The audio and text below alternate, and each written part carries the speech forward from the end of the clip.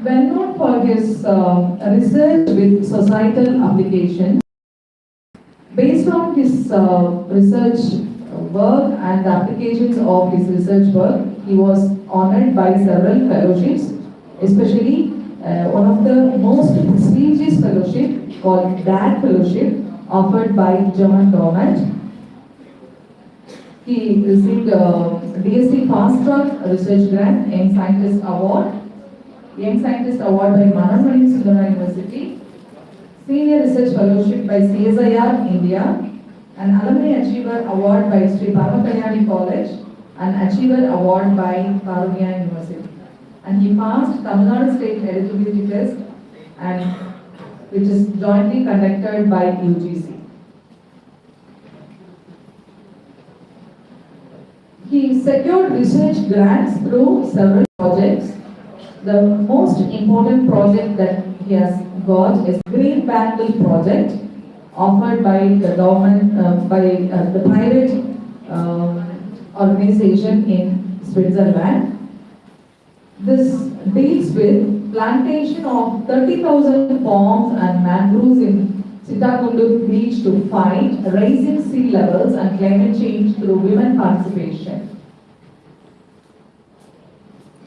He has research collaborations with several institutes, including Xavier Research Foundation, which is at the other corner of this college, and Taiwan, research institutes in Taiwan, Germany, Sri Lanka, Bangladesh, and United States of America.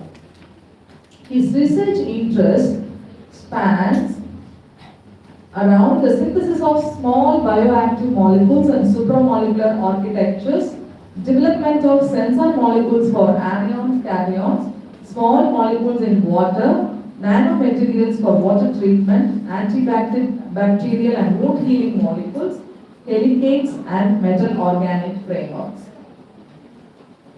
He has handled chemistry subjects like general chemistry, organic chemistry, biochemistry, environmental chemistry, and so on and so forth. And he has accomplished several milestones in teaching and research. He has published more than 35 publications and 7 books and book chapters. Along with that, he has some patents also. With this note, we are really privileged and honored to welcome Dr. Mose Selvakumar Palraj to address us. Welcome you, sir.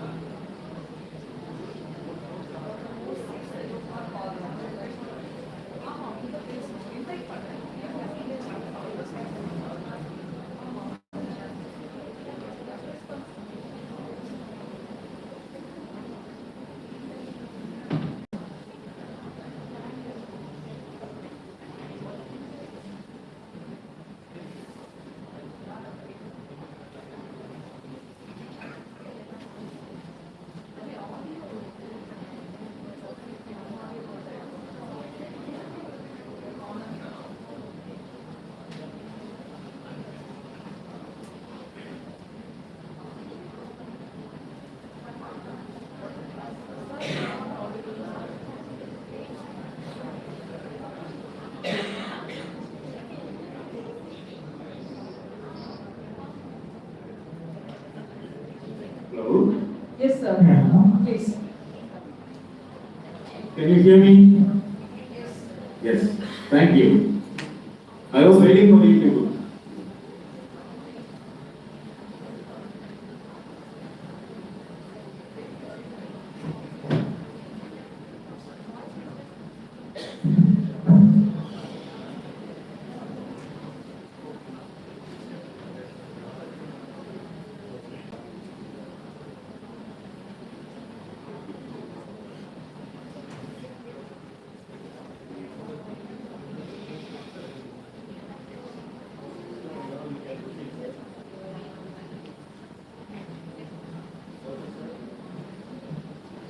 Yes, thank you, Nandri.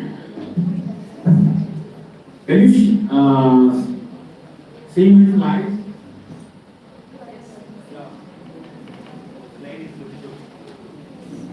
Okay.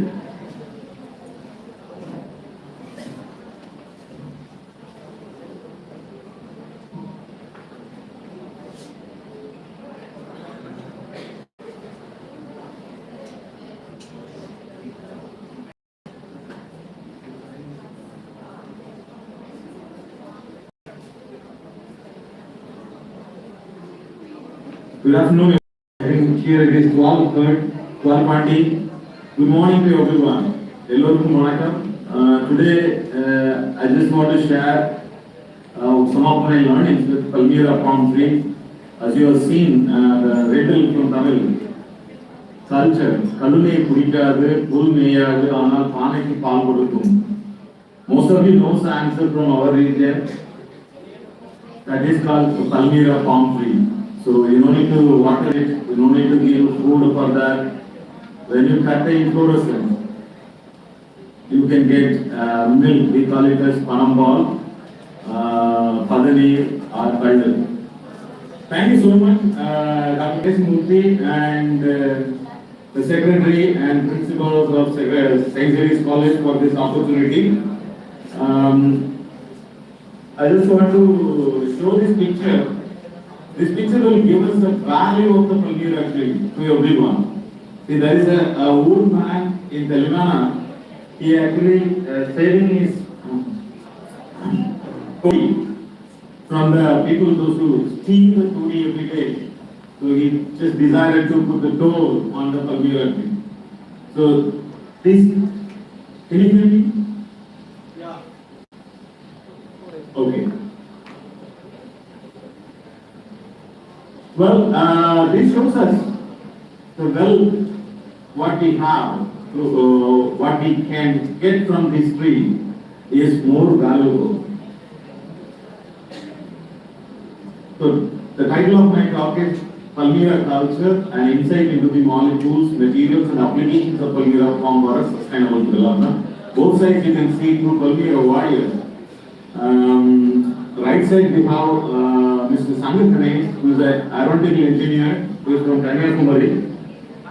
He taken this lifestyle just for his living and earning money. And left side you can see Karishma from Vilupuram, the son of Pandian Panayeri. She is doing her bachelor's in Chennai. She is also a very good experienced Palmyra warrior. In Tamil we call it Tamil Panayeri, Palmyra Chapter or climber. I used to use the word Palmyra warrior. Well, I am from Asian University for Women, where we help women to be leaders and team makers. Asian University for Women is known for uplifting the young women of Asia from the very suppressed communities, starting from Syria to East Timor, to become leaders and team makers. This university offers fully funded scholarship to extraordinarily talented Asian young women who wants to become leaders and team makers. There is a special full scholarship is available for socially depressed communities all over Asia. Especially, I just want to mention that Dalit communities, those who are supposed to be in the down of this higher caste hierarchical system, can have full scholarship in this university. We offer biological sciences, computer sciences, and computer science, environmental sciences, humanities, economics, PPE, public health, applied mathematics and data science, and all these are undergraduate degree. We do have both two master degrees in education and apparel sciences. Environmental engineering is on the way. We are going to launch in this fall 2026. Well, let me introduce Palmyra farm. Most of us knows our region. Botanical name is Process flabellifera. Other names are Asian palm because it is commonly available in Asia. And Palmyra palm, Kalkaj is a Bengali name. And Panay another name Tamil. From palms normally, dioecious plant, it goes up to 30 meters. It has fibrous root system. Start flowering from 11 to 20 years. It depends on the region and soil and environmental condition. And you can see female and male forms together. As it is a dioecious tree, you can see both types in forms, and you can find out them after once they starts flowering. Usually male palm trees inflorescence looks like longer spadix, and female palm trees usually provide fruits and other things. So if you look at the distribution of Palmyra palm around Asia, we can call it as a Palmyra palm root or Panay Vaditala. Starting from Sri Lanka, it is also available in Africa, but there is another species, Palmyra equity. But in our region, in Asia, you can see the high concentration in Sri Lanka and India. Then also it moves on to Bangladesh, Myanmar, Laos, Thailand, Cambodia, Vietnam, and Malaysia, Indonesia. So we can connect like a circle, we can call it as a Palmyra root. This connects our culture and also the way of living and way of making sugar, way of using this tree. Everything is connected. And more than this, and if you look at the political side, it is an official tree of Tamil Nadu and also national tree of Cambodia and official tree of Jaffna and official tree of a province in Indonesia, South Sulawesi. So it shows that how it is very connected with our culture. And these are the various species of Palmyra tree. It comes under Corosus family. You can see around 7 different species. So the first one is our concentration today. I'm basically now residing at Bangladesh, so I just want to concentrate on India and Bangladesh and Sri Lanka too. So if you look at the number of trees in India, it was estimated like around 12 crore. Half of the palm trees are in Tamil Nadu, but we may not have now that much. We are like that is not count exactly. But if you look at Sri Lanka, it has around 1 crore tree, 1 crore plus tree. Mostly it is concentrated on northern region and eastern region. And in India also you can see the trees almost nearby coastal region. It is a clear coastal region, you can say that. And Bangladesh you can see spread over throughout the Bangladesh. Mostly it is north and center and east Bangladesh. So let me take a little bit to the literature and then I will come back to the science. If you want to understand the connectivity of Palmyra with horticulture, we need to learn some literature. So one of them is Brahmanuru talks about the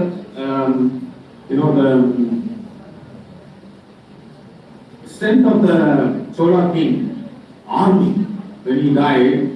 The poet Alatul Kilar wrote about his strength of his army, how much the army is bigger, using the Palmyra as a kind of tool. So the frontline army will eat the tender fruit of Palmyra, the middle line army will eat the ripened fruit of the Palmyra, the back line army will eat the tubers of Palmyra. So one can those who are from the Palmyra region. See, starting from tender fruit to ripened fruit and ripened fruit to tuber, it may take around 6 to 7 months of time. 6 to 7 months of time. I'm sure tender to fruit, 2+ months, around 3. And then fruit to tuber, 3+ months, 90+ days. So it's almost around 6 to 7 months of time. So it shows that the army is walking in the same place around 7 months. So it is an amazing imagination, right? So this is what the Palmyra tree is very well connected with our Tamil culture. And if you look at another poem, it is an amazing poem that will help you to understand the productivity of Palmyra tree. So male or female, which is more productive? Female tree is highly productive because it gives a fruit. But doesn't mean that male is inferior. But it shows that in Maladiya, people used to keep the female tree in the middle of the center of the village, but they keep male tree at the graveyard. That is what it shows them, because it is not much useful.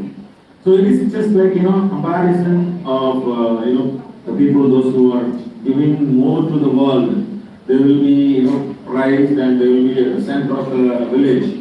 Those who are not giving anything to the world, and they will be just like people in the grave, useless.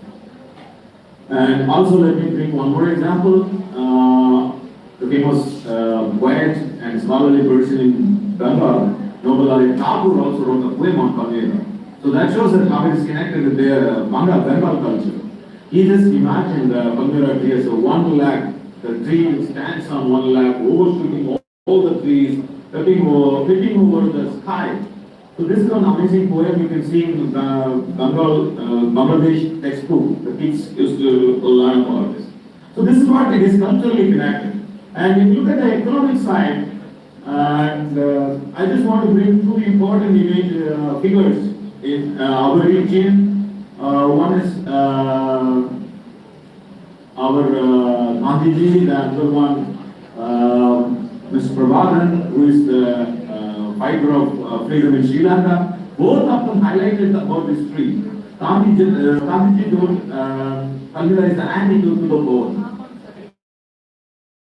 Palmyra and fish was the important source for the development. So these two are from two different extremes to fight for freedom of the people, but both are highlighting the tree, how much it is useful to build the community, save the community.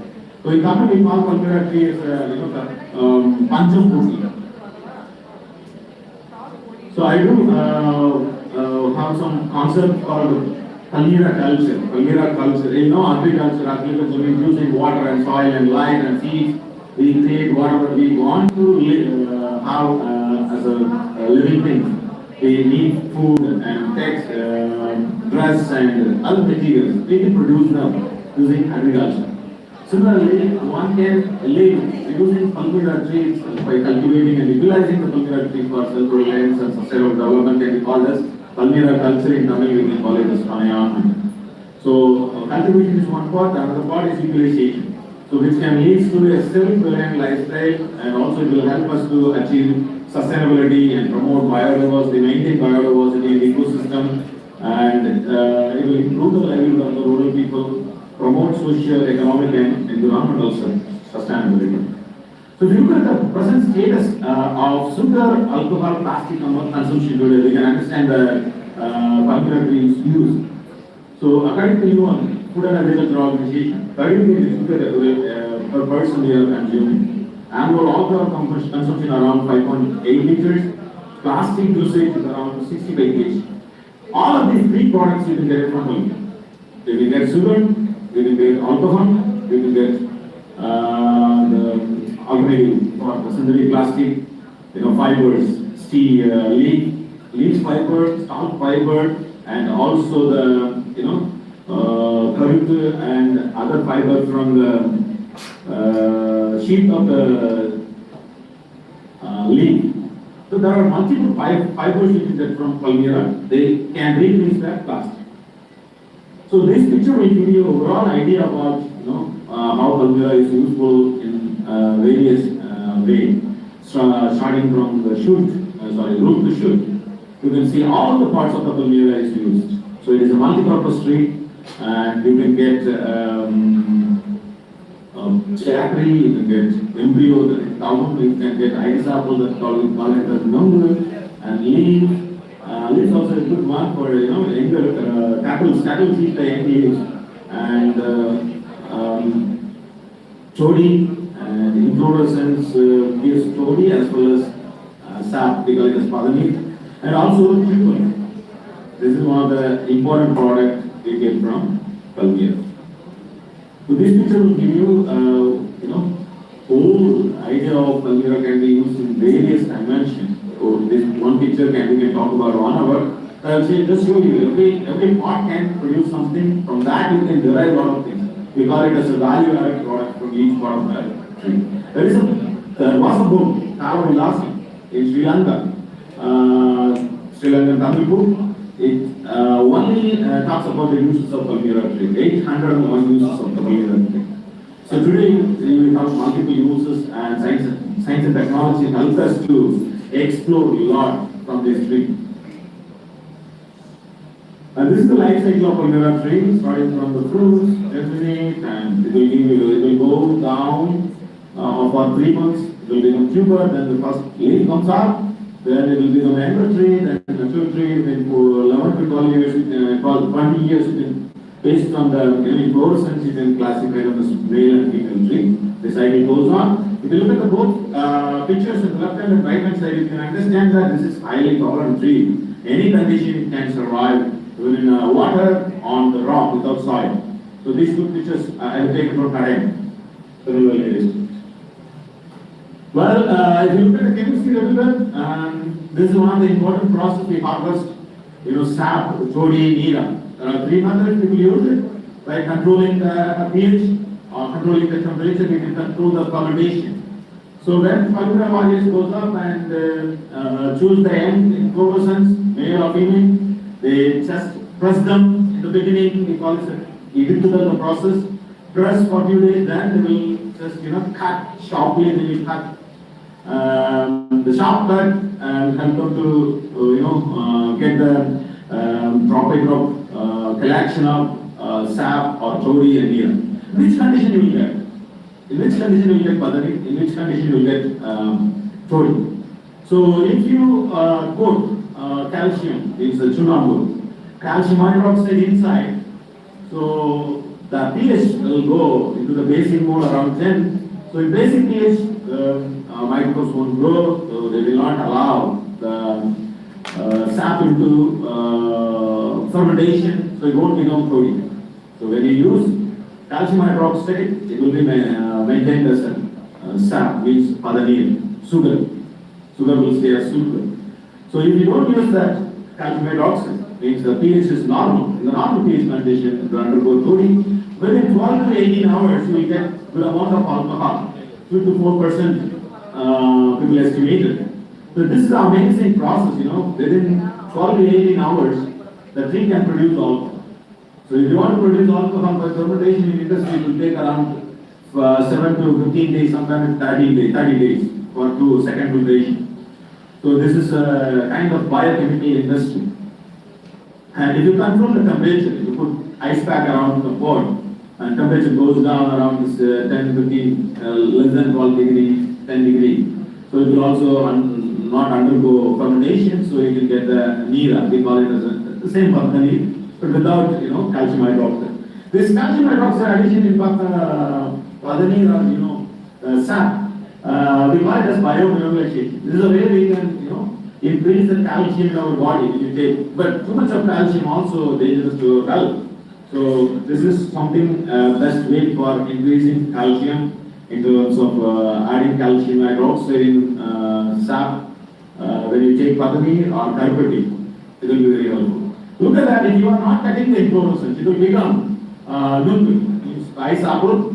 If you are not cutting that nungu, it will become ripened fruit. Okay, you are taking ripened fruit, you take the bulb and use it and put the seed out on the soil, it will germinate.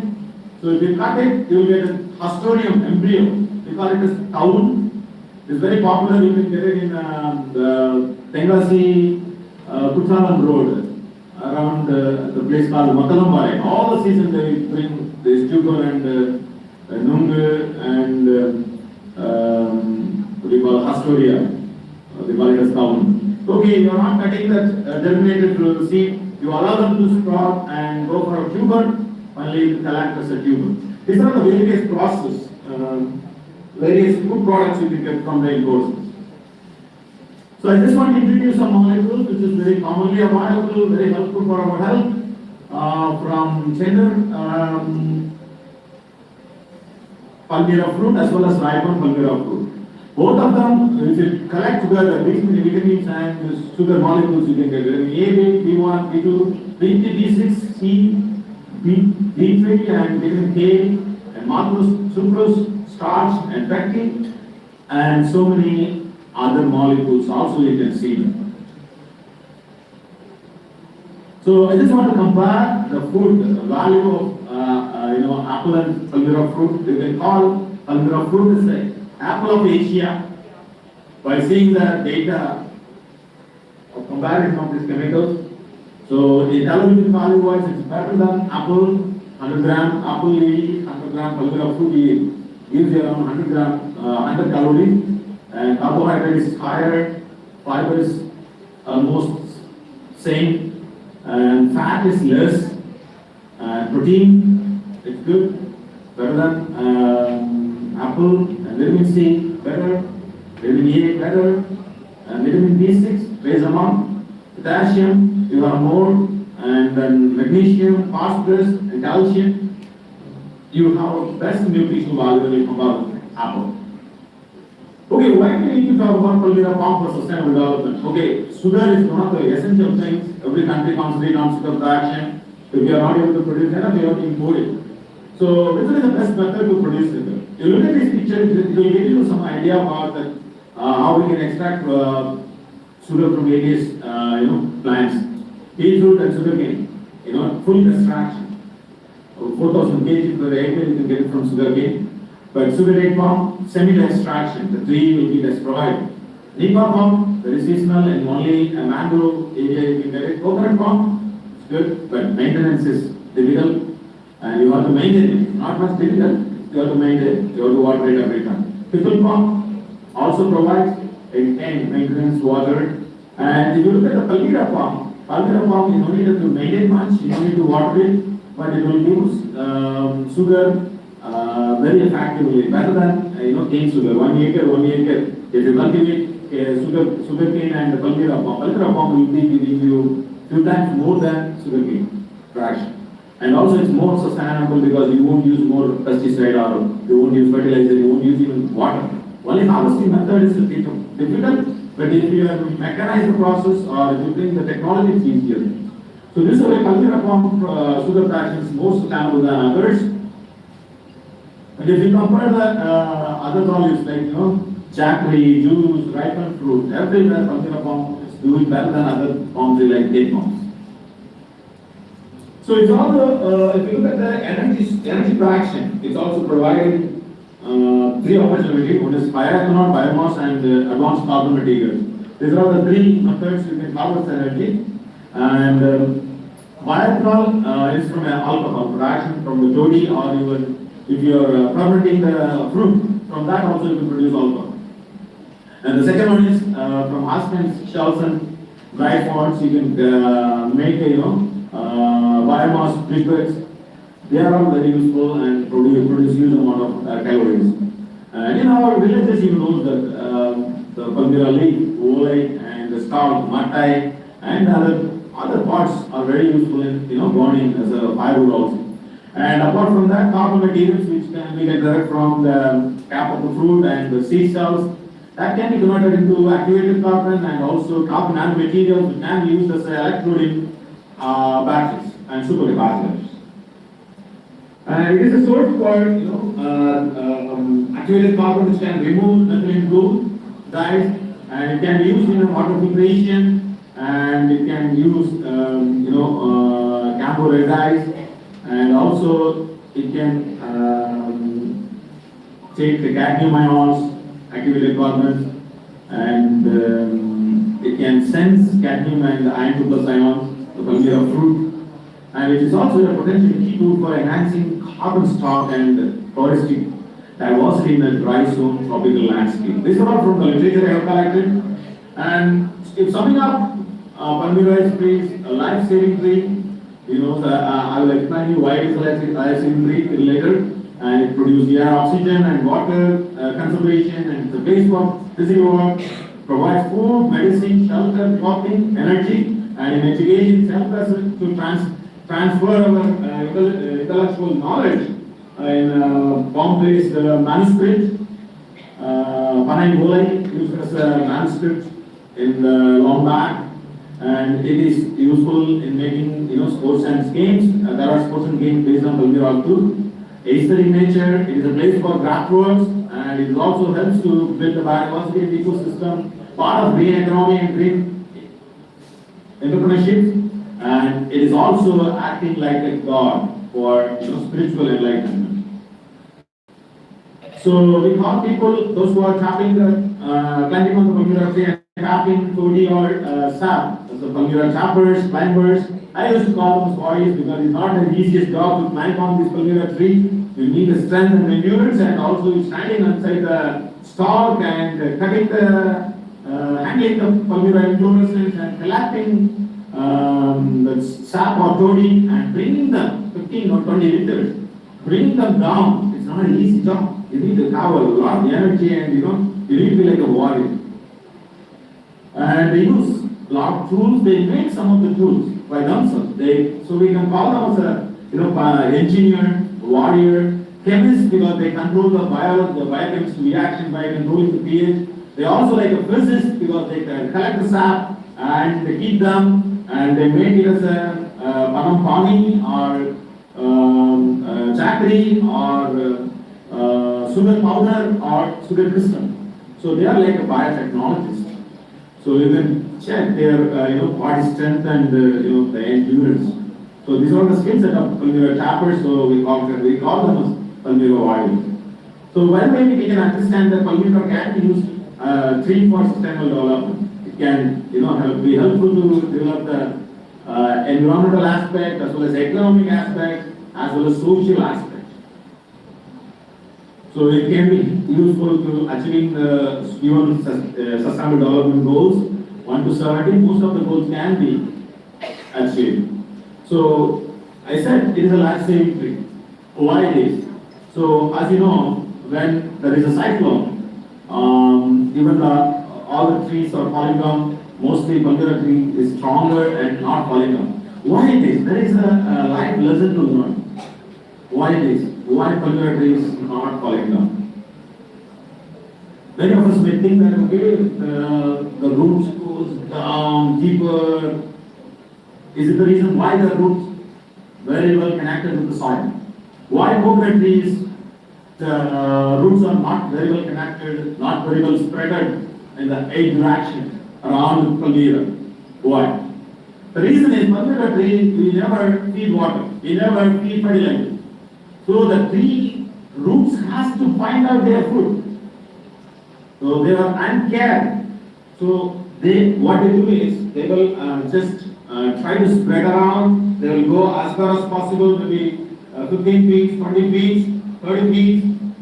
So they will try to spread around the all the sides of the tree and connect with the soil very strongly. By the way, when there is a cyclone, they won't fall down.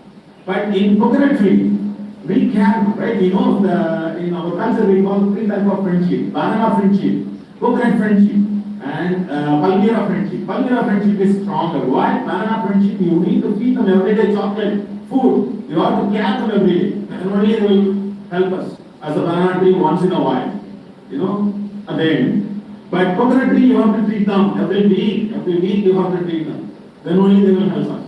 But Palmyra tree, you don't need to treat them at all. You just plant them, make them as your friend. They will be living with you forever, they will help you forever. So that's the beauty of Palmyra. Nobody cares, but still it will root it very well and stand stronger with the soil, connect stronger with the soil because it is slow and steady, it will grow. And also, it won't fall down easily. It will also fall down if it is a heavy rain, too much of, but it will stand for stronger. And that's the reason, if you look at the Kulasegara, there is a place in Shishore people planted the Palmyra tree very nicely. This is like, warriors who can stop, even in time of tsunami. If you keep 4 or 5 zigzag lines of Palmyra like that, you can really save, somehow stop that water which comes out, and also we can stop that soil erosion nearby Shishore. Well, the right side picture will help you to understand. The Palmyra trees are taller, so it can take the lightning rod, means ED. So it can save people and cattle. In Bangladesh, people plant millions of trees just to save the people from lightning strike. because Bangladesh is a prone place for the lightning strike. Every year around 350 to 400 people are dying in lightning. So this is the way Palmyra tree is sacrificing like iron or something, place. So it saves us from, lightning strike. And in Sri Lanka, people used to plant as a tree as a kind of, difference between, to reduce the wildlife conflict. The villages nearby hill. Usually the elephants pass inside and disturb the villagers. So they plan to plant a lot of Palmyra trees, zigzag line, very narrow lines nearby, and when they go, they have thorns. The Palmyra trees cannot be disturbed by the elephant. The elephant won't break it if it is bigger. So this is the way it is a life-saving tree. And it is also useful to produce textiles. Bangladesh is very popular for textiles. There is a research group, led by Raja Ahmad et al. They reported they can prepare textiles from the fibers of fruit fibers of Palmyra. Now in Europe also a person making as a business. He is using this fibers around 20% with cotton. They are making as textiles out of it. You can dye it, you can put different colors on it. It's a good one. So in this way, it's helpful to fulfill our basic needs. The sparklers are very stronger because of their chemical quality as well as it can be used as a bioplastics. If you look at the fruit, this fruit is not very common in Tamil Nadu, but it's very popular in Sri Lanka. The dry fruit from Palmyra. They collect the Palmyra pulp from the fruit and they dry it on the Palmyra mat under the sun. So it is like yellowish orange color, but it will become little, reddish brown. This is amazing food in Sri Lanka. They used to keep it for 1.5 years. They can use it with the rice and other things they will eat, and there are multiple foods they will make out of it. Panatu. And if I want to introduce one more type of molecule from the Palmyra fruit itself, there are two types I want to introduce it. One is carotene, which is the reason for the color yellowish orange, carotene, beta carotene, which is very helpful for our body to synthesize vitamin A. There are two other groups of molecules, borosides and carbohydrates. They are all saponins, which are sterile units. These two types of molecules are reported by two different groups. One is from Japan, the other one is from Sri Lanka. These molecules contain a lot of biological activities, and they are antibiotic, anti-obesity, anti-cancer, anti-diabetic, and also by stimulation they prove that they can inhibit COVID-19. And if you look at the technology side, Palmyra found toluene. Palmyra found toluene can be packed and exported for Western countries. Sri Lanka is doing it. Can be, sulfate can be from 6 months to 1 year you can increase. This is an amazing invention. Just by this physical process, Sri Lanka is doing it. So when Tamil Nadu is banning the toluene,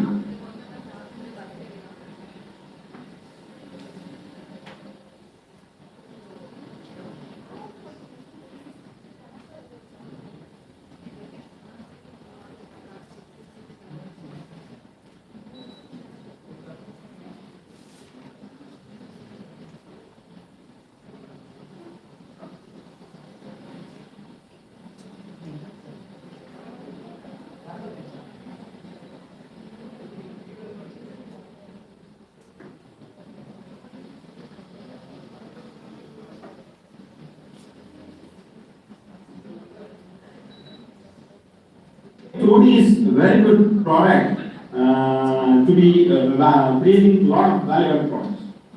But why Tamil Nadu banned toluene? It's $1 million venture. It is also a traditional vitamin and nutritional drink for us. The reason is people are saying that government is saying that there is adulterant. What are the adulterants people are using? Not everyone uses adulterant. There are business people use adulterant. There are some, chlorohydrate, paraldehyde, some of the heterocyclic compounds are used as adulterant. But it is easy to find out the sensor, find out some sensors for this adulterant. Even though in our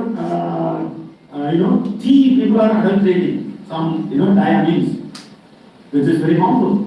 But our food safety officers go and find out and then charge them, right? Similarly, we should find out some sensor and we should actually about the todi. Todi also is a nutritional drink. You can see that it has vitamin A and vitamin B and glucose liquid and ethanol liquid and other vitamins too, and some other nutritional molecules. It is not just alcoholic. 2 to 4% only of alcohol. It is proven that there are a lot of medicines derived from todi. And also it is a source for vinegar and arab and bioethanol.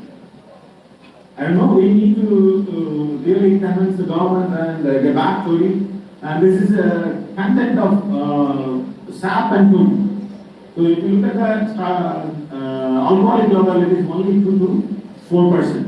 If you look at the biological activity, it is anti-inflammatory, antibiotic, and also shows some antioxidant activity and anti-ulcer activity. But if too much fermented, it becomes acetic acid. It will become acidic, and it's also a diuretic. A lot of uses from the pulmonary todi. And if you use pulmonary todi wisely, it will be bioethanol and vinegar, acetic acid and arab, and multiple products from them we can generate. So vinegar is a main component in the industry, and so is at our home to make pickle and other things. But from vinegar we can make a lot of other compounds. So it is a kind of a symbol of building block in chemistry. And if you look at culture, it is very useful todi to make appam. It's a fermented liquid. When you mix with rice flour, you can make a nice appam.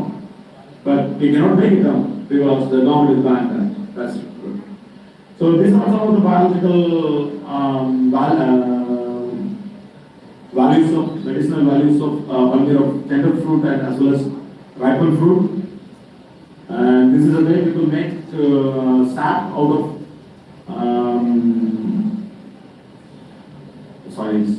chakri out of sap, but it's a very complex process. It will take 2 to 3 hours. So that's the reason if you are able to sell the sap in the market, it is easier. Sap chakri making is a kind of complex process, but if we mechanize this process using machinery, it's easier.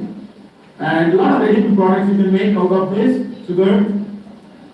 These are other products, jam, chocolate, and even yogurt, and drinks, fruit drinks, and from tuber, boiled tuber, normal tuber powder, boiled tuber powder. These are all various products you can see in the PDB Sri Lanka page. These are all the value-added products from the non-edible product side. There are a lot of products, thousands of products are available. So they are all alternatives to synthetic plastic. This is a big economic value I just want to bring. If you are making todi or sap, you can earn around $2 in a year from one tree. But it may vary if you are going for other products. It may go, and also if you are making nursery saplings, one sapling goes around $100 rupees. So if you are able to make 200 saplings, it can sell it around $200+. So anyway, one tree can do around $200+. This is possible if you are using. So imagine if you have 1 acre of land, you can go for ultra density farming around thousands, 500 to 1000 palmyra farm. So if you are able to harvest $200 from each tree, so we can make huge wealth. But it is challenging. But it is not like a easy business. It is possible, highly possible. We did it. But somehow we are uprooted out of the culture now.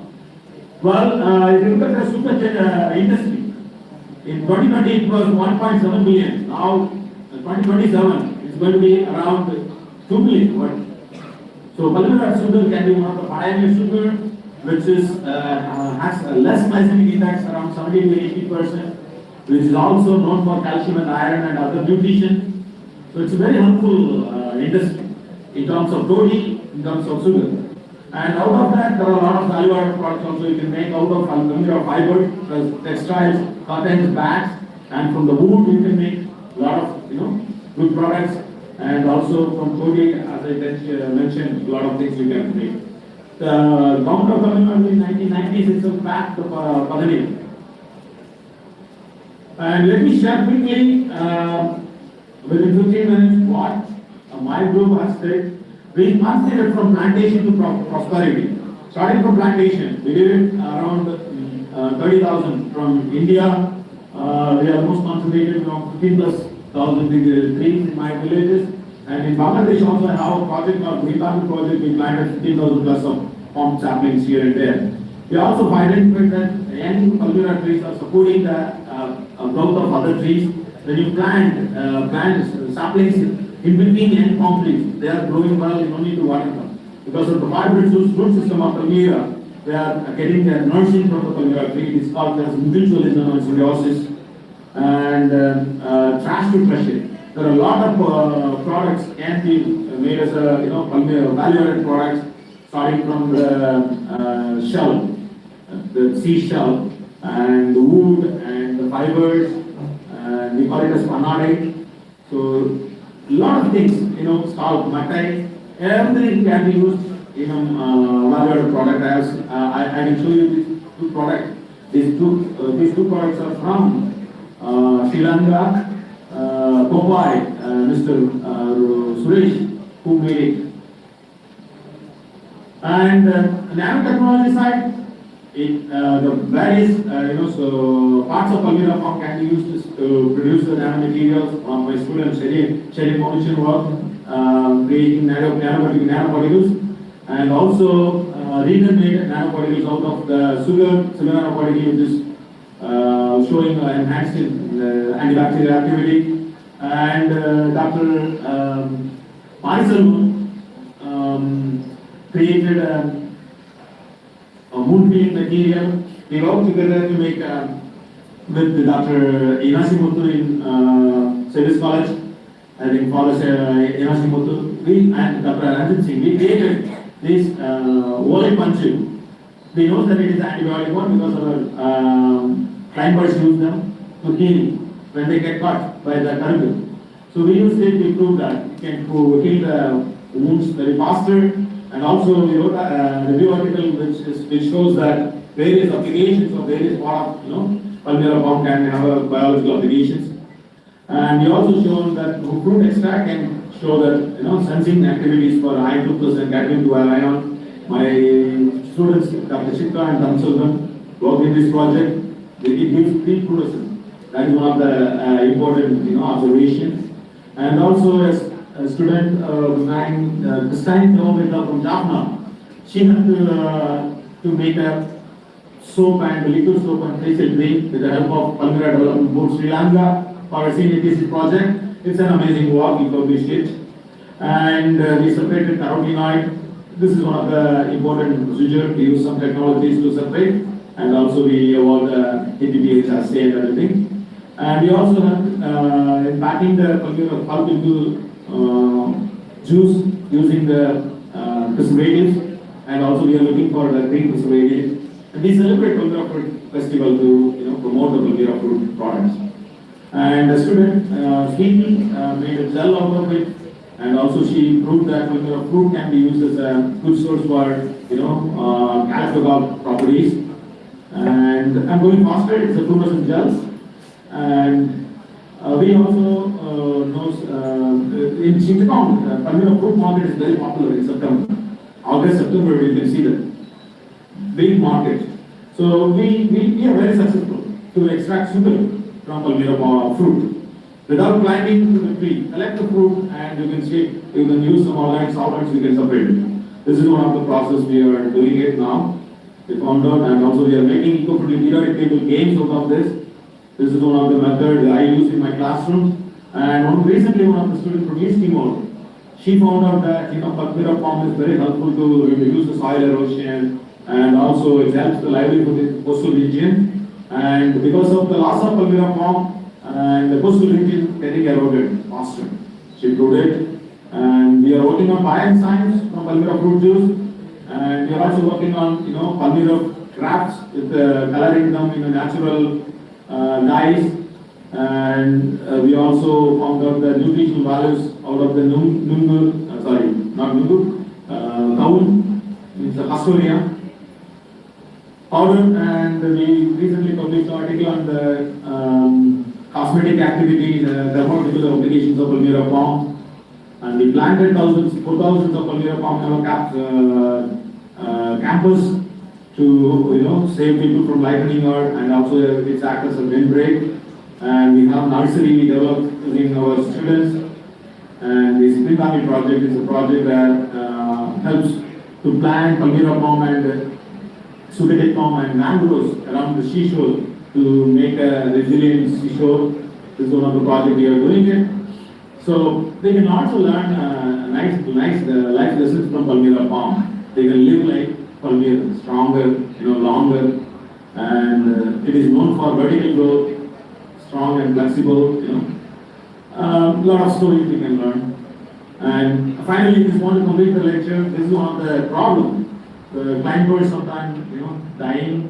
So it is a kind of occupational hazard. Start part of this story. Government has to really look into that and help people to flourish this Palmyra culture. So there are a lot of recommendations. I don't want to go faster because of the time up.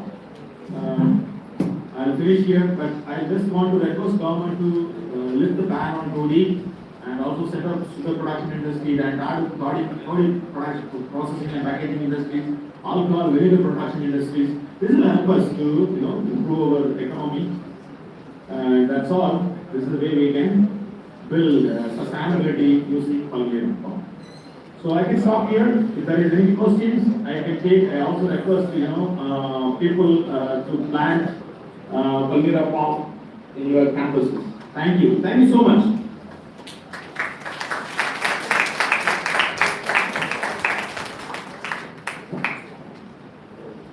Yes, sir. This is really a wonderful presentation made by you. Kindly share your PowerPoints to our teams. Can you hear?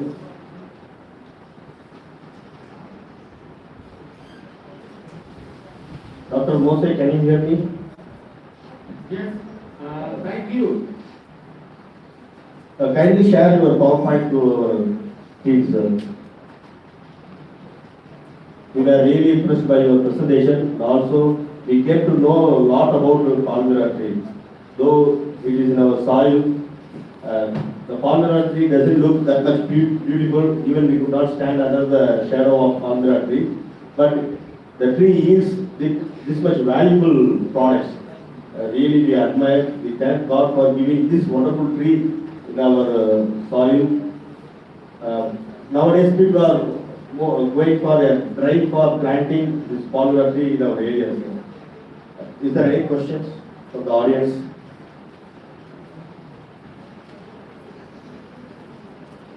Thank you, sir. Thank you for your wonderful presentation. God bless. Thank you.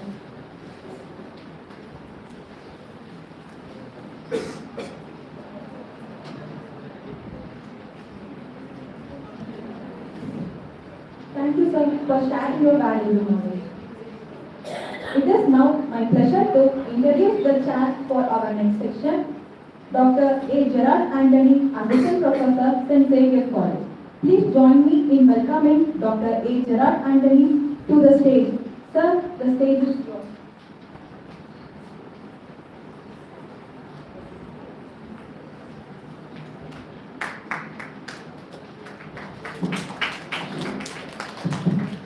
So I am happy to introduce the guest speaker, Dr. Tangaraj Balamurugan. He is an adjunct professor in the Faculty of Chemistry at University of Lodz, Poland, and is a recipient of Marie Curie Postdoctoral Research Fellowship. He is a multidisciplinary researcher who works in the field of analytical, organic, materials, and electrochemistry. He began his academic journey with a bachelor's degree in St. Xavier's College. He garnered his master's degree from Bharathidasan University, Tiruchirappalli, followed by a PhD in chemistry from National Taipei University of Technology in Taiwan. He studied as a doctoral and postdoctoral research in Taiwan and Poland, has been equipped with a solid foundation in developing functional materials, electrochemical, biosensors, triboelectric nanogenerator equipped with self-powered wearable biosensors and soft sensing interfaces and fabrication technologies for clinical diagnostics, forensic analysis, and environmental screening. To date, his work has been translated into more than 25 research articles that have garnered over 5,000 citations. We are very much pleased to be having as a guest professor. Now the gathering is waiting to listen you, sir.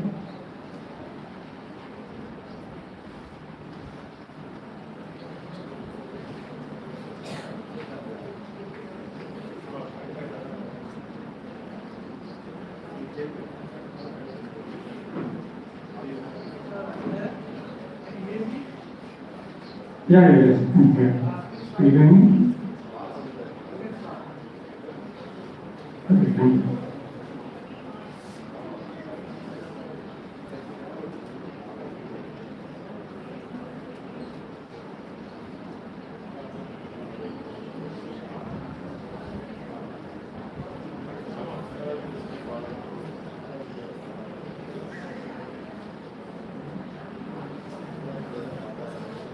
Welcome everyone, and I thank Professor Gerald and other members of the department for this opportunity. So, I'm here to present my amazing works on the project that is conducted by the Xaverian Commission. It's about developing chemical sensors against day-to-day threats. So, what does mean by day-to-day threats? These are chemical substances that are most commonly associated to sexual violence related crimes. In this series of chemicals, you can see the group of drugs that labeled as benzodiazepines appear within top 5. Of course, alcohol takes the first place because of its easy availability. And other two, the number 2 and 3 are hydroxybutyrates. These are chemicals, these are industrial chemicals, so it's not pretty easy for commoners. And the 4 and 5, these are benzodiazepines. These are prescribed medicines. So which means you can access through medical gateways. There is any course, it is easy to access by a common man. So the problem, what is benzodiazepines? So benzodiazepines, these are prescribed medicines that I told before. This is common medicine that is given to aid sleep. So it's like a medication. It can help you reduce your anxiety, aid you with sleep, and combating withdrawal symptoms. If you are like addicted to any other drugs, they will prescribe you with benzodiazepines. So in this case, it will contain the withdrawal symptoms like deep anxiety and anger fluctuations, emotional breakdowns. So these things can be combated by benzodiazepine. However, you can see chemical structure of benzodiazepine.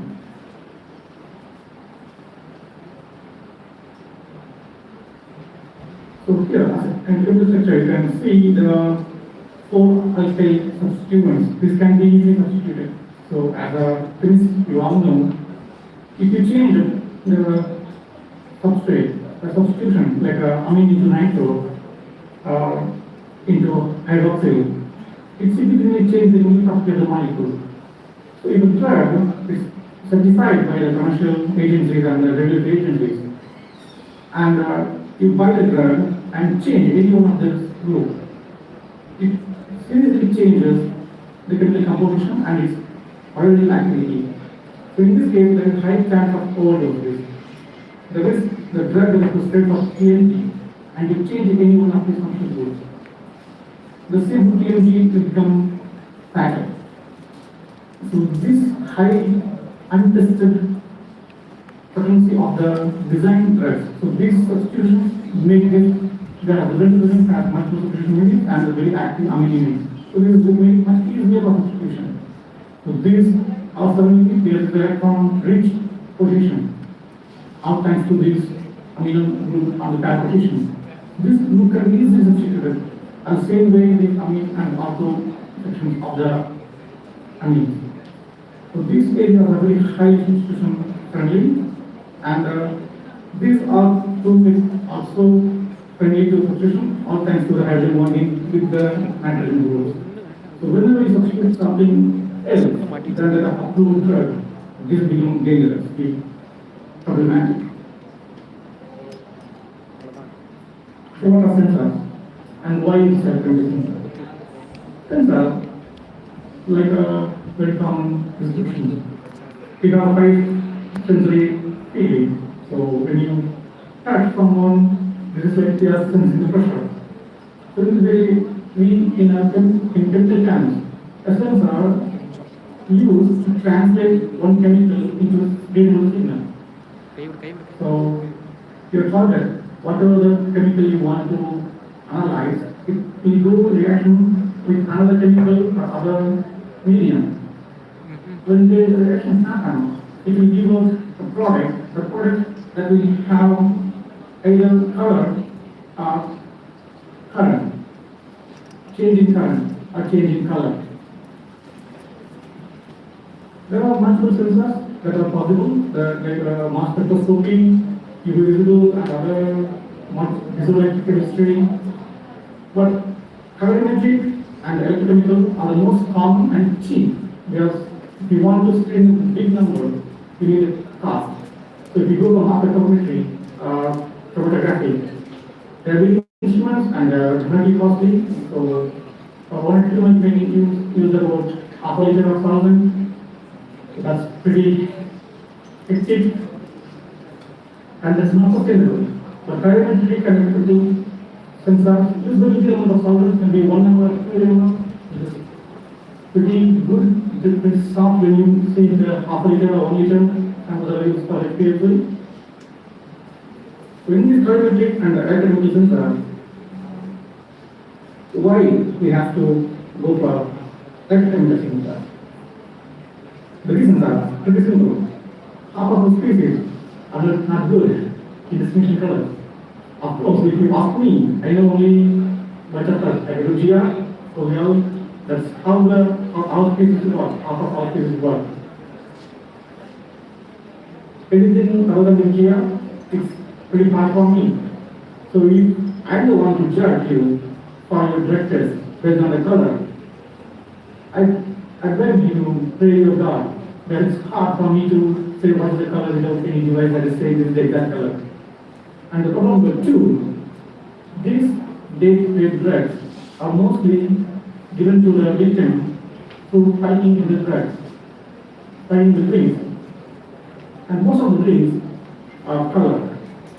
You take it for example, your soft drinks like beverages, soda, fruit juices, hard drinks like alcoholic beverages, they are colorful. So in this case, if you are adding a drug into this colorful medium and you are using a sensor that produces color, it will be very hard to screen the drugs in that kind of a medium. So it's about a person who is user and it's about the sample that is under the analysis. Both are complex if you are choosing only the colorimetric sensor. In this case, the electrochemical sensors become much more obvious choice because they are pretty much a little bit costlier than the colorimetric, but they are pretty much common and widespread. The most common electrochemical sensors are electro sensors. And after you result it out, so it gives you the number. So higher the number, higher the chance you go to J. And it is needed to work with color samples. So now we know electrochemical sensors are good for data drugs. And now we understand how the electrochemical sensors have evolved over the last 10 years. So in 10 years, we see about 120 articles have been published about the electrochemical sensor. And here you can see benzodiazepines are the most common matrices has been analyzed. While the research community is highly interested in analyzing benzodiazepine as a primary gate drug. As I told you before, this is easy to modify and it is easy to be bypassed through glucose. There is a prescription, but in many countries it is easy to get a prescription without prescription. It is highly dangerous, but it is what it is. In that case, it's someone gets to access the filter recipes, it's precursor. They simply modify the functional groups and make it as an drug.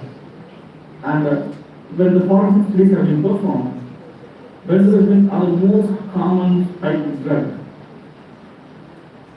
either in the form of tetrabenazine or in the form of modified derivative drugs or designer drugs. So that's the reason the research committee and forensic scientists are much interested in studying benzodiazepines. So out of 120 articles, or 50% of articles are being focused on analyzing benzodiazepines. So in that case, we are pretty curious. Okay, in this about 62% of articles, what are the samples they analyze? Where we see the forensic data, the primary samples the forensic scientists are looking into the beverages or any liquid samples or food samples that is possible of fighting the drug, and followed by our biofluids.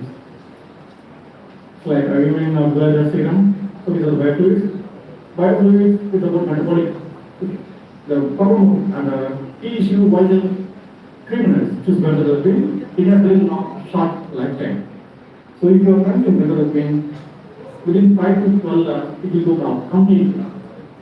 So if you are given the drug and you drink some 3 liters of water, as everyone suggests, and as the good for our health, so if you are given the drug and you drink 3 liters of water and pee a couple of times, boom, it's gone from your body.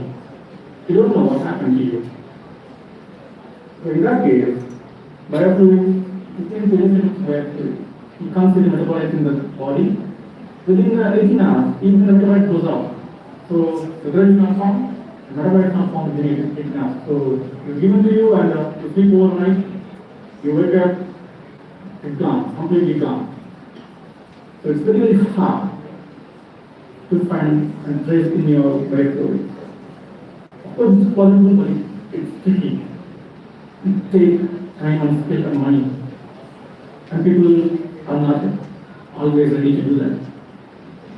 So the solid evidence the forensic scientists looking into having the biosample always supported by food or beverages with the spike sample. So it's in combination, not just one sample. They want the supporting evidence for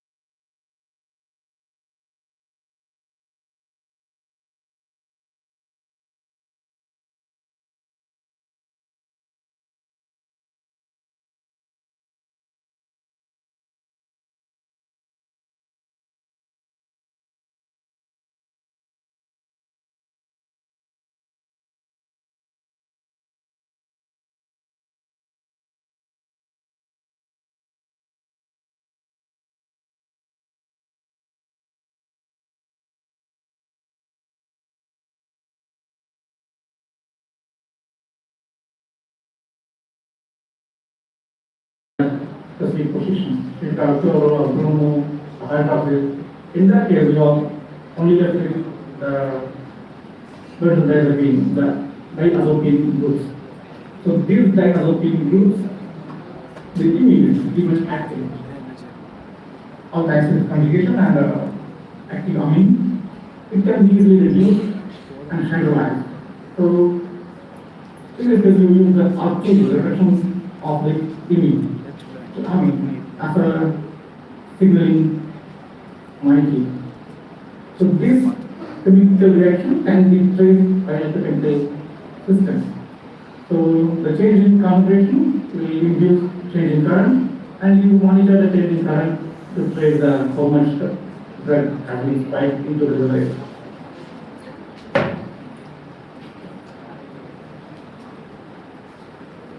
So here we come. So in both cases that we have seen before, there is a chemical change. So the chemical structure of the drug changes from amine to imine, from imine to amine, or nitro to NO. However, there is another way you can able to see a molecule, the molecule concentration. When you mix a chemical in two different phases, like organic and inorganic, if you do the organic separation in your practical, after when you analyze the compound, you use a separation funnel to extract from organic into the organic phase or into the phase phase. How it works? It depends on the solubility of the compound. So the same way, you can do the technically. So when your compound is put into the aqueous phase, and it is can be extracted into the organic phase, and as a charge, if you make your compound charged, like acidification, it will make your compound positively charged. If you go to gasification, it will make your compound negatively charged. So in that case, you see the transfer of charges from one phase to other phase. Just like when you use the separation funnel, you see the molecule go from one side to the other side, you can get a change in colors. You are going to get colorful or you are just getting colorful. Based on that, you know, okay, this compound, this is that compound, this is aromatics or aliphatics. You know that.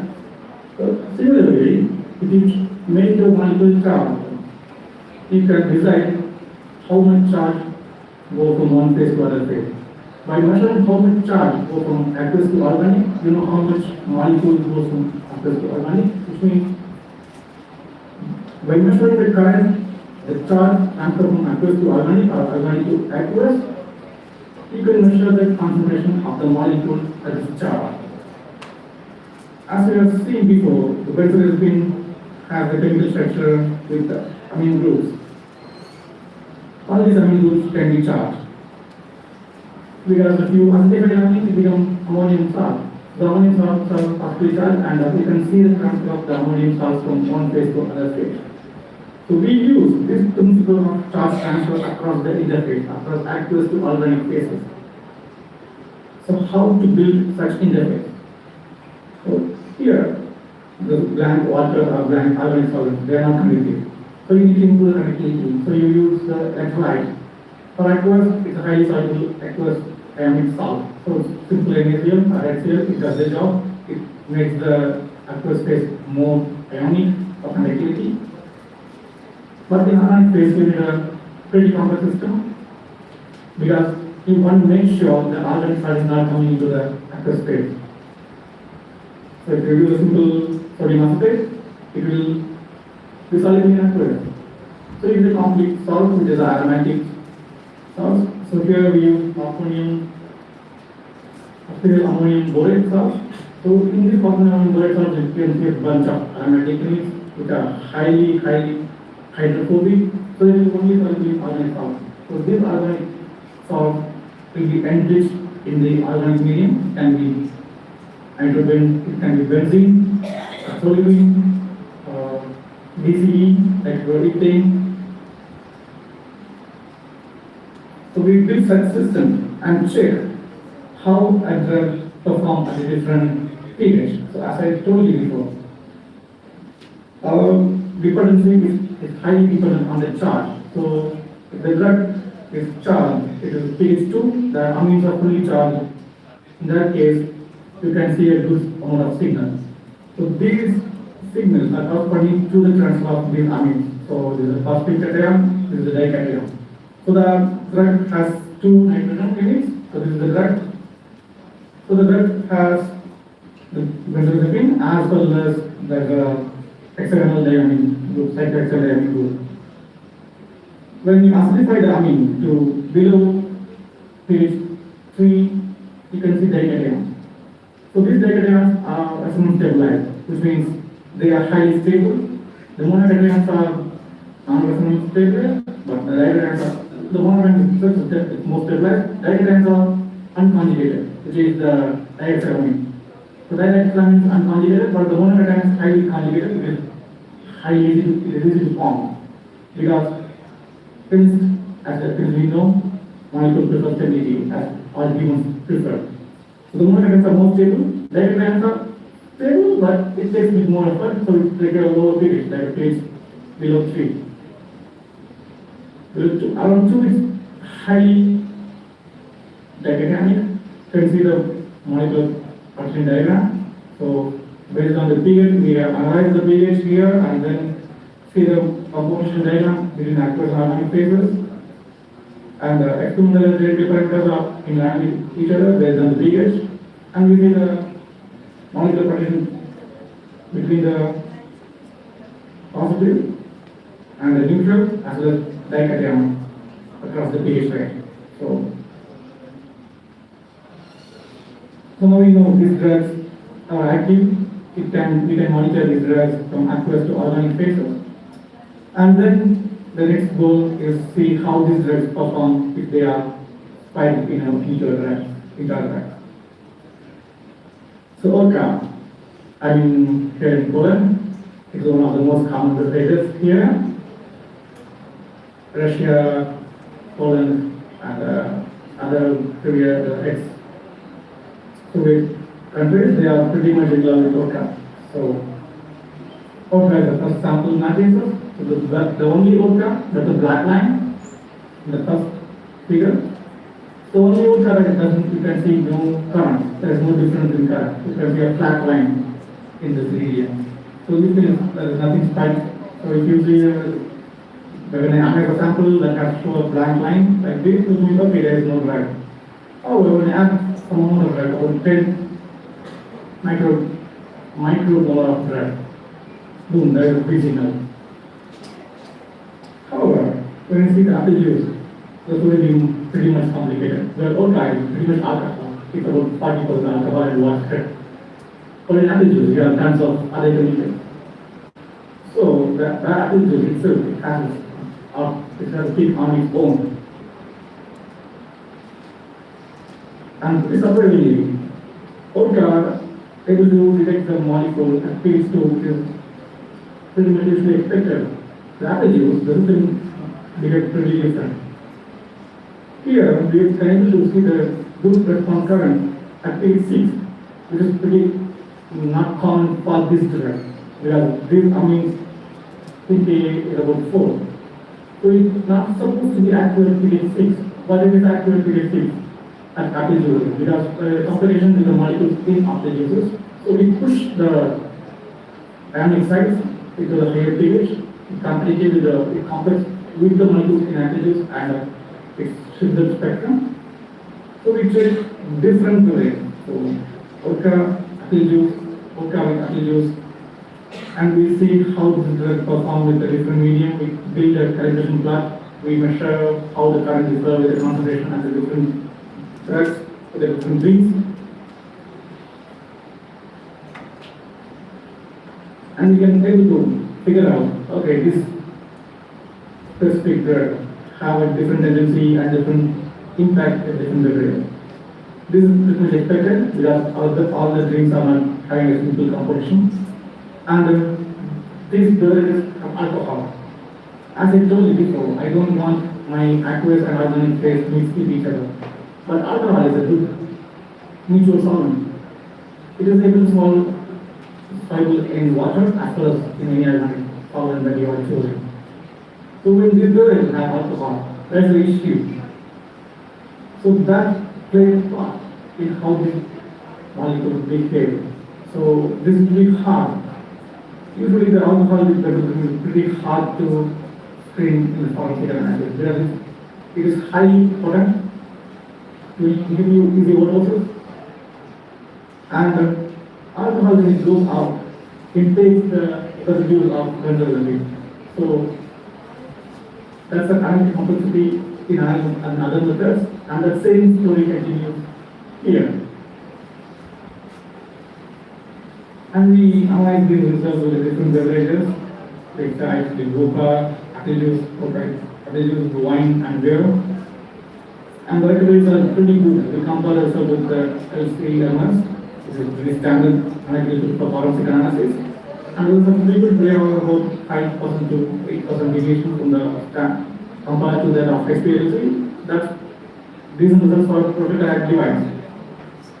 So now we can move into different drugs. So the first one is a standard drug. That drug is commercially sold to start producing. So now we are up to okay, now we know the commercial drug is a possibility.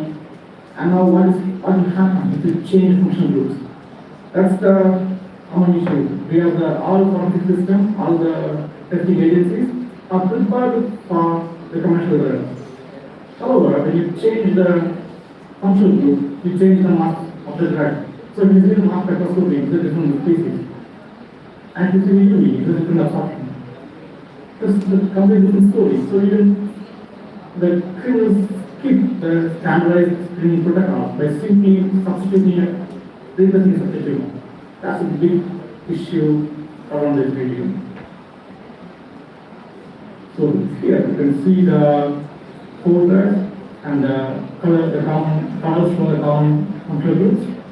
By simply replacing the functional groups, they can bypass the testing of the established analytical system. So now we thought, okay, how can we able to distinguish this drug using this protocol? So I took 4 drugs. All the 4 drugs are designer drugs. So none of these 4 are prescribed medicine or approved medicine. So they are modified drugs.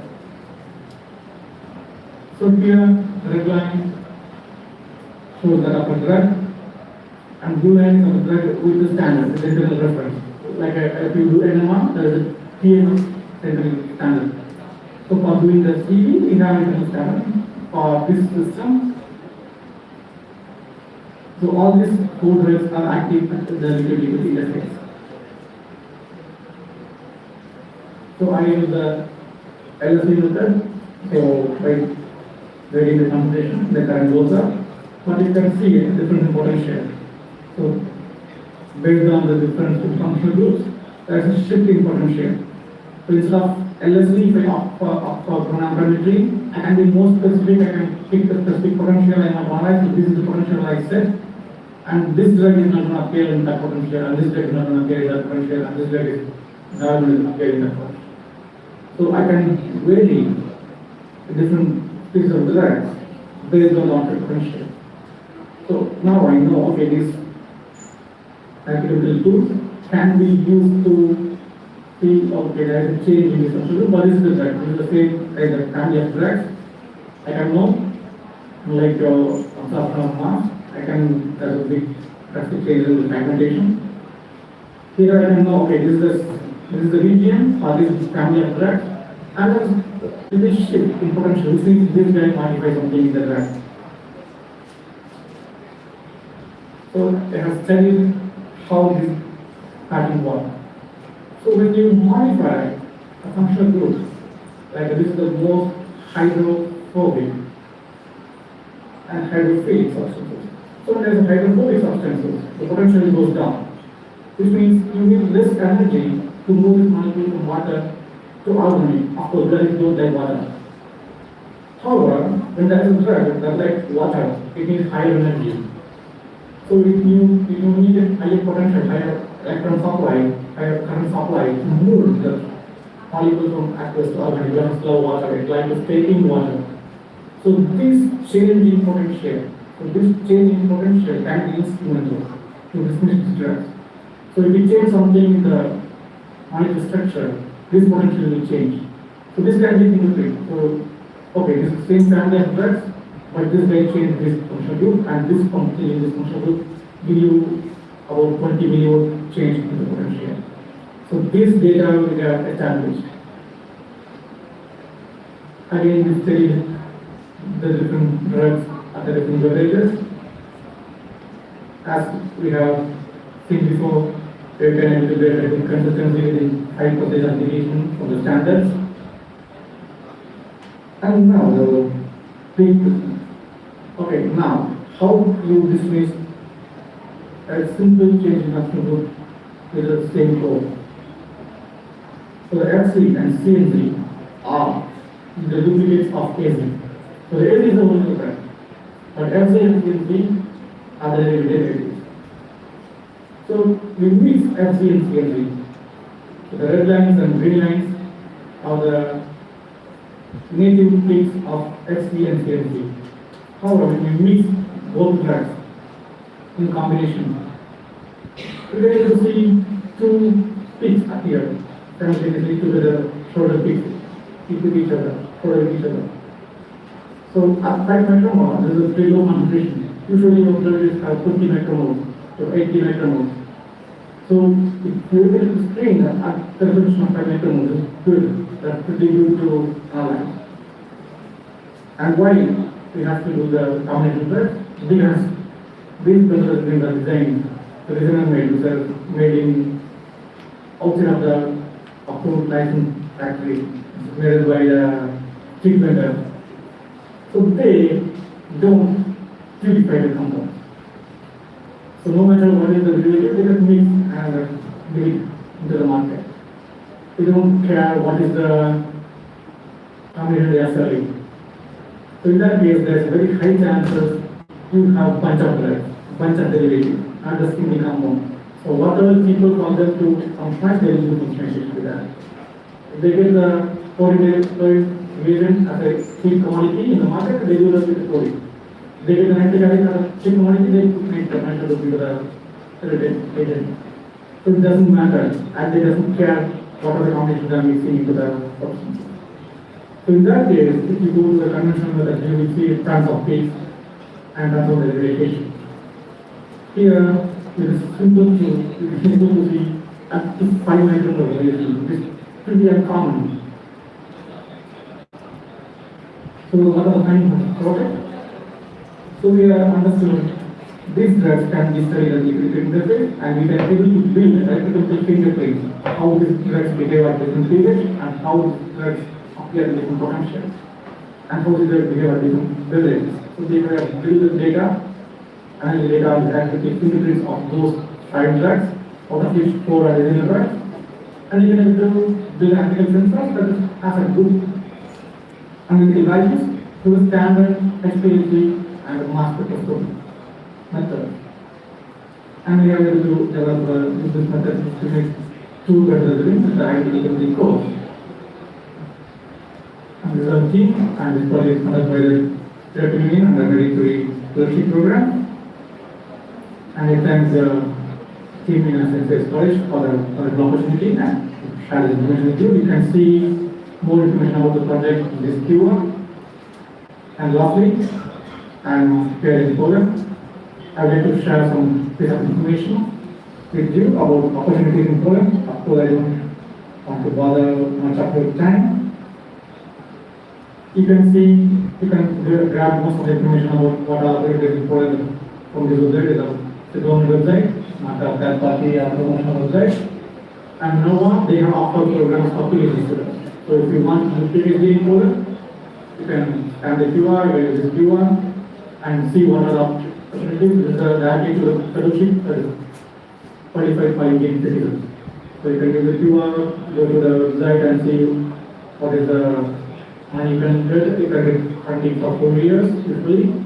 And you need to find a course. You need to meet a professor, how about find them and read their articles and expose your interest to them. And it will take time. Definitely it will take time because you are moving to a faculty, you will be receiving about 50 emails per day at least. In that case, it's hard to make every email respond to you. And make sure you build a good CV try to get your hands to every instrument that is possible to access, get that into your resume. Make sure you handle all the instruments that are available and accessible to you. That will help you with your resume standpoint, because I see, unfortunately, I can't able to pick our students because there are highly competitive resumes coming out, and we have to justify why we have chosen this category. So that's hard. If you can't able to build your resume stands out, it's hard for us to justify selecting you unless they can find the picture. If we reject a candidate and that candidate believes he's a candidate, you can find the picture. So we have to justify our choice of candidate. So you can go with this website. This is qualified for Indian students, Indian citizens, and here there are website NCM, national like DSPs in India. So it's funding agency for science and coding. So here also you can get a funding for 4 years to degree. Here also you need to find a course, you need to find a professor who can host you for a fellowship. You are pretty competitive. You can get about 50 or 100 positions every year. And the deadlines are in September. So, but it's good to correct the professor well advanced. It will take about 2 or 3 months to write a proposal. All these programs need a proposal. You need to say what are the things you're going to do in your project, in your PhD. And the most competitive one, because Poland is a part of EU, European Union. The most competitive and most respected and renowned fellowship program is related to the action. This is one of the most competitive grants. For example, this year there are 70,000 applications, and out of which only 1,450 are somewhere, only 1,400 somewhere is granted, which is 9%. Usually 8 to 10%.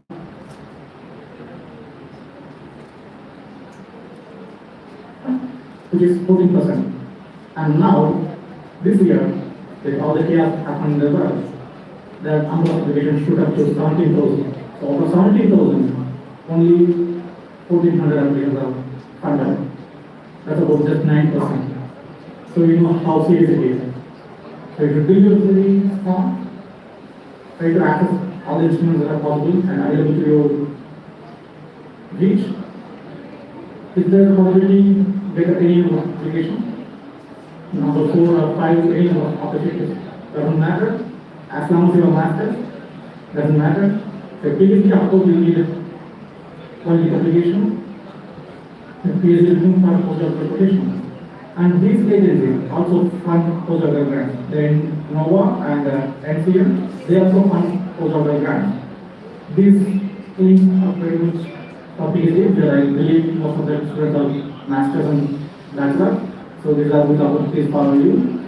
But if you go to the QR, you can see the options for other grants for postdoc positions. Maybe queries for both. You can go for doctor as well as postdoctoral grant. And so they are pretty much completed, extremely completed. You have to build your resume for that. Wish you all the best and open for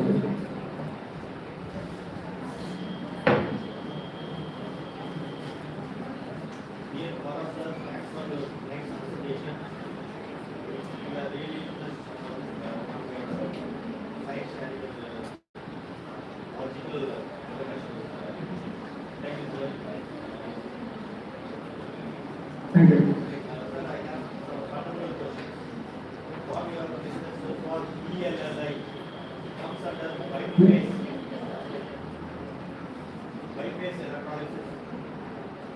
Yeah, yes. Let me see the slides what we have shown regarding the filters.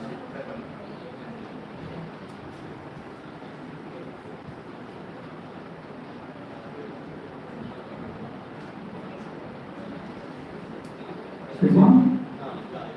Especially in the case of white phase, from ions from liquid phase to organic phase is somewhat difficult.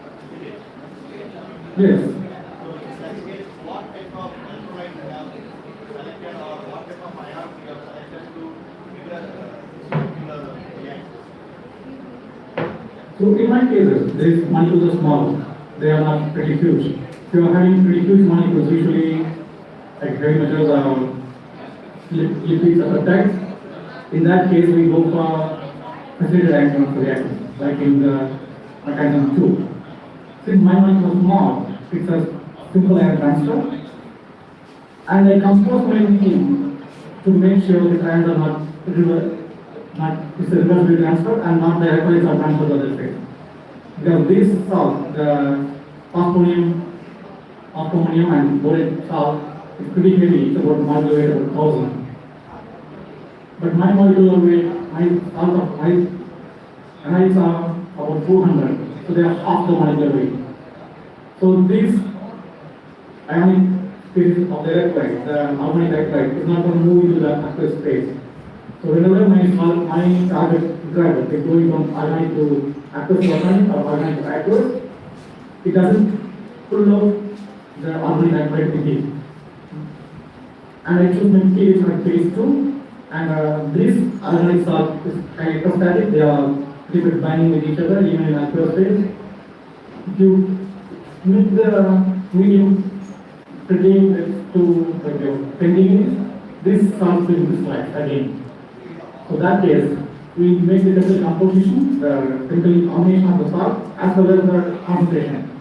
So I use 5 millimolar, which is about 10 times higher, actually 100 times higher. I use micromolar range for my analyte, and actually about 5 millimolar.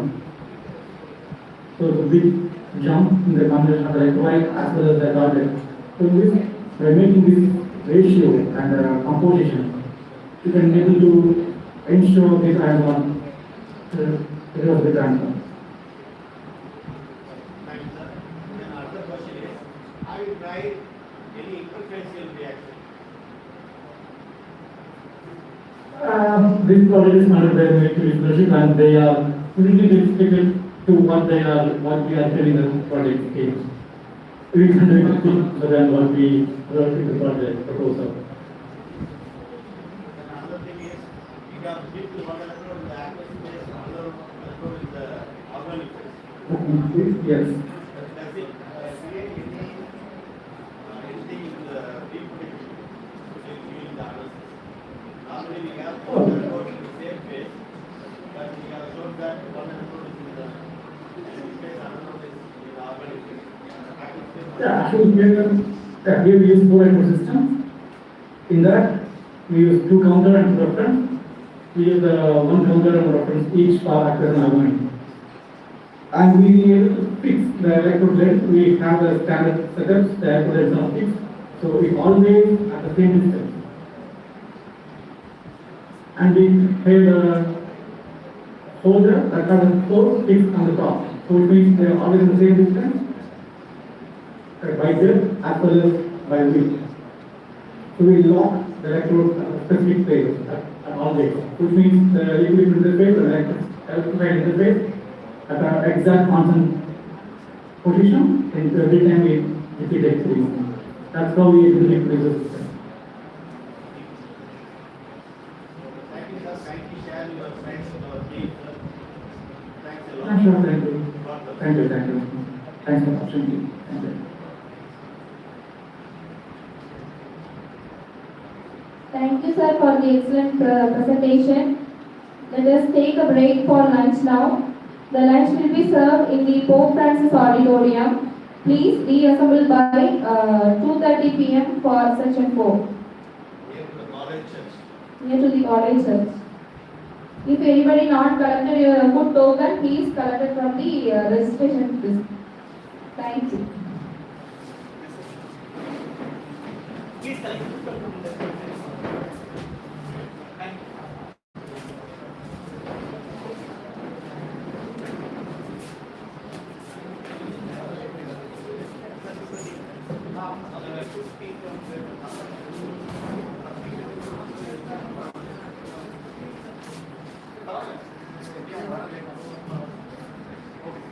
ஒன்று English வச்சேன்னா ஒன்று அந்த side அதான் வச்ச முடியலையே போனால் இருக்கும் சைஸாக வச்சுருக்கேன் எடுத்தாச்சுல